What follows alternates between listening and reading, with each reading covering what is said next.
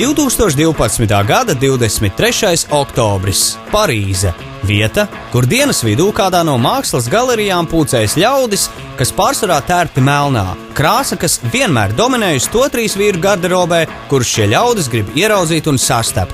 Gan mēdīju pārstāvi, gan īpašu konkursu izturējušie daži desmiti fanu. Brīdī, kad pulkstenis sit 2 dienā, te viņi nāk Deivs Gahāns, Mārtiņš Gors un Endiju Flečers. Arī Latvijā tik ļoti mīlētās grupas Depeche Mode preses konference var sākties.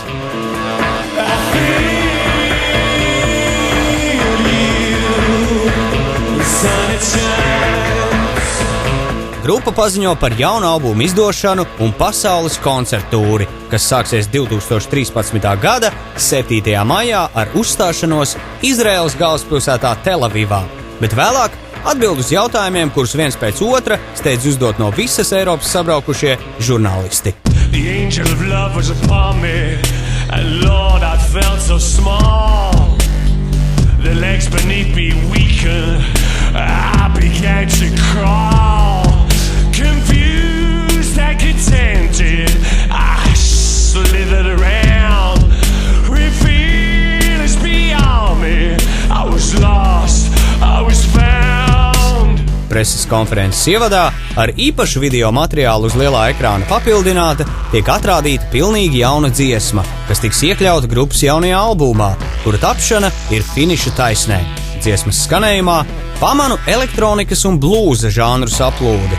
Šos novērojumus vēlāk apstiprina un uz maniem jautājumiem atbild uz sarunu aicinātais viens no grupas Depeche Mode dalībniekiem Endiju Flečers. Hello Fletch, it's nice to see you again. First I would like to say Latvian fans really miss you. During previous tours, show in Latvia was cancelled because of Dave's illness, and with that the last time we saw you was in 2006. So do you have any message for Latvian fans? It's a tough one really, because it was cancelled for a very good reason, and it wasn't just Latvia. There's quite a few other cities, were cancelled. But we're showing with Depeche Mode, we don't, Latvian bands can always think, well, they're going to be back next time, and we're going to be coming to Latvia, on every tour. So you missed that one, we feel terrible about that, but hopefully we'll make up for it for the next concert. Okay. Your biggest press conferences usually took place in Germany. Why this time it's Paris? I don't know, we just felt, the French fans are very important to us as well as the German fans, and I don't know, we just felt to change the vibe a bit, change it. I think it's worked well.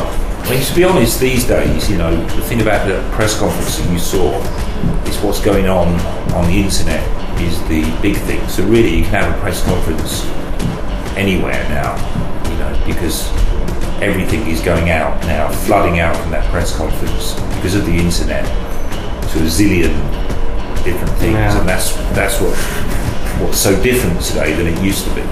It's been almost 4 years since the last Depeche Mode album. What was happening in this pause between the last album and tour, and how it impacts the new album? Well, first of all, we finished the tour, we had to do the tour, and then we had it's very hard for fans to understand, because they see us once every 4 years, and they think, during those 4 years we're not doing anything, but we only had about over a year off, which I was DJing the whole year, and then we've been recording all of this year, and we had the end of the tour, so we're pretty much constantly working, and we have some time off because of our families, that we owe them some time. What kind of music do you usually play during your sets? We'll play electro, pop. I'm in Depeche Mode, I'm sort of like the pop side of things, so I play quite commercial stuff really, remixes, I do my own edits and stuff. Previous 2 albums, in my opinion, were quite similar. Maybe it was because of the fact that they were produced by one man, Ben Hillier. With whom are you working on the new material, and how it is going to impact its sound? You know, I think there's a slight difference there is quite a lot of difference between Playing the Angel and Sounds of the Universe. I think the Playing the Angel was a bit more crunchy, when Sounds of the Universe was a bit more electronic, I thought. But it's Ben again, but you know, we feel this is a lot stronger than the last album. It's sort of quite blues influenced, electronic mixed with blues, and I think it's a lot more powerful emotionally, so we're very happy with it. Is Martin still the main Depeche Mode songwriter? Yeah. And how about Dave? Yeah, he gets 3 songs, and in the end of the day, you know, Dave has only started writing relatively, you know, a short time ago. Martin is a highly experienced songwriter, you know, produced many hits, and you know, Martin's songs have a certain style, you know, which is important for Depeche Mode. Sarunas sākumā Endijam Flečeram saku, ka Depeche Mode fani Latvijā ir ļoti noilgojušies. Pēdējo reizi grupu uzstājamies varējām redzēt 2006. gadā, jo 2010. gada tūrē grupas vokālista Deiva Gahāna slimības dēļ Rīgas un 8 citu pilsētu koncerti tika atcelti. Uzsverot iemeslu nopietnību, Endijs atvainojas par atcelto koncertu un saka, ka Latvijas fani var būt droši, ka pie pirmās iespējas viņi Rīgā pavisam noteikti uzstāsies. Iepriekšējos gados Depeche Mode tikšanās ar žurnālistiem parasti rīkoja Vācijā. Šoreiz tā ir Francijas galvaspilsēta Parīze. Francijā līdzīgi kā Vācijā mums ir viena no lielākajām un aktīvākajām fanu bāzēm, atbild Flečers, piemetinot, ka ir bijusi vēlme arī kaut ko pamainīt. Taču mūsdienās šo pasākumu norises vietai vairs nesot tik lielas nozīmes. Preses konference tika translēta internetā, un to varēja vērot ik viens interesents. Kopš iepriekšējā albuma un koncertūras pagājuši turpat 4 gadi. Vaicāju, kas šajā laika posmā noticis un kā tas ietekmē jaunā albuma veidošanu. Endijs atbild, ka fani bieži vien domā, ka grupas šajās starp albuma pauzēs ar neko nenodarbojas, taču tā īsti nav. Dalībnieki koncentrējas citiem projektiem, velta laiku ģimenēm un pamazām sacer jaunus skaņdarbus. Turklāt jauna albuma ieraksta process norit teju vai visu 2012. gadu. Pats Flečers labprāt arī uzstājas ar DJ setiem, tajos pārsvarā atskaņojot elektronisko mūziku, kā arī Depeche Mode dziesmu remiksus. Sarunas turpinājumā saku, ka abi iepriekšējie grupas albumi Playing the Angel un Sounds of the Universe, manuprāt, ir ļoti līdzīgi. Endijs tam īsti nepiekrīt un stāsta, ka tāpat kā pie iepriekšējiem 2 albumiem, arī pie šī viņi strādā kopā ar producentu Benu Hillieru. Jaunais ieraksts esot spēcīgāks par iepriekšējo, un tajā ļoti izteikti būšot jūtama blūza ietekme. Šeit vietā piebilst, ka cits Depeche Mode dalībnieks Martins Gors preses konferencē jauno ierakstu raksturoja kā viņu pašu agrāk izdoto albumu Violator un Songs of Faith and Devotion sakausējumu. Martins Gors, starp citu, aizvien esot galvenais grupas dziesmu sacerētājs. Viņš radījis neskaitāmus hītus un ir ļoti pieredzējis, taču jaunajā albumā būs arī dažas vokālista Deiva Gahāna dziesmas, kurš pēdējo gadu laikā komponēšanas mākslā rāda progresu.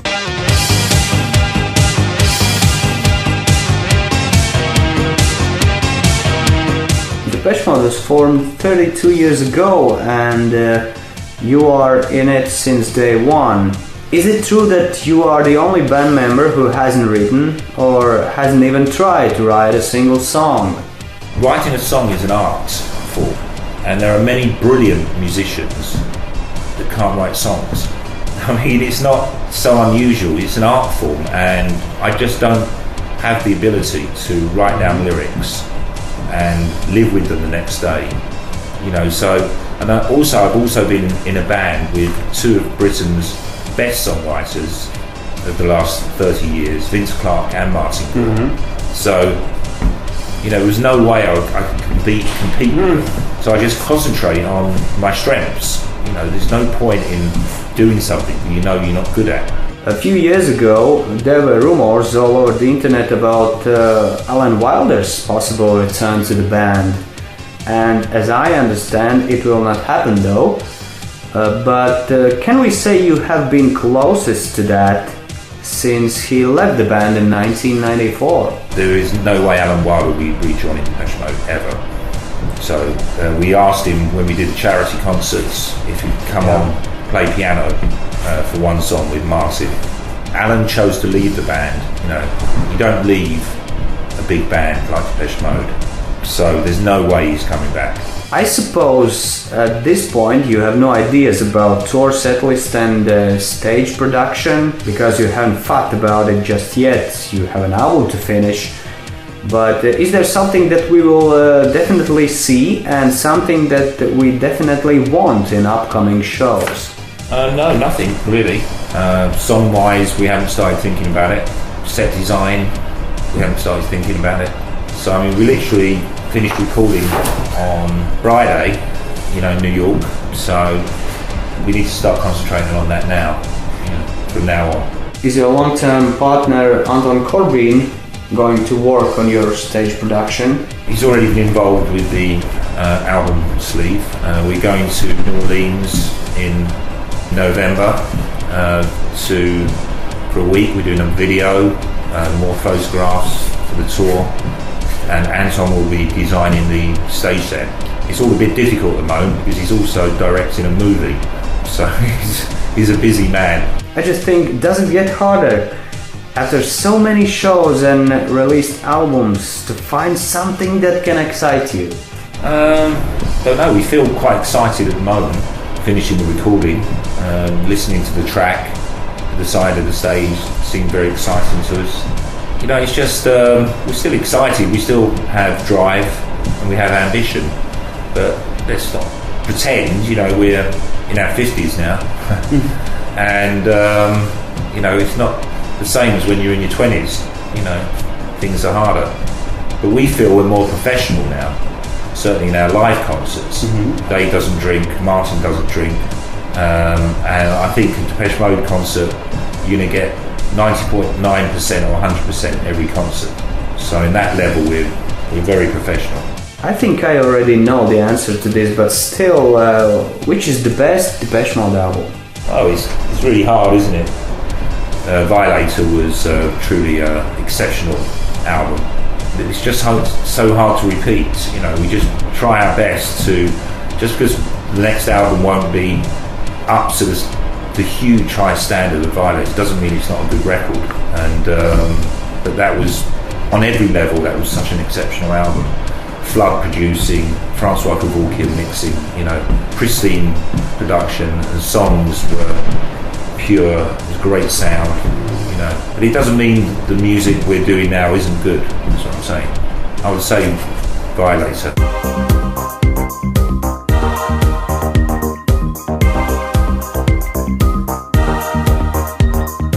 Sarunas turpinājumā Parīzē grupas Depeche Mode taustiņniekam Endijam Flečeram jautāju, vai tā ir tiesa, ka viņš nav sacerējis nevienu grupas dziesmu un nekad nav pat mēģinājis to darīt. Jūtu, ka Endijam šis jautājums mazliet nepatīk, un viņš steidz skaidrot, ka dziesmu radīšana ir īsta māksla. Pasaulē ir ārkārtīgi daudz talantīgu mūziķu, kas nav apveltīti ar spēju komponēt. Turklāt, esot blakus vienam no Flečera prāt labākajiem planētas komponistiem, Martinam Goram, viņam nesot nepieciešams censties viņu pārspēt. Pirms pāris gadiem internetā ceļoja baumas par kādreizējā Depeche Mode dalībnieka Alana Wildera iespējamo atgriešanos grupā, kurš to atstāja 1994. gadā.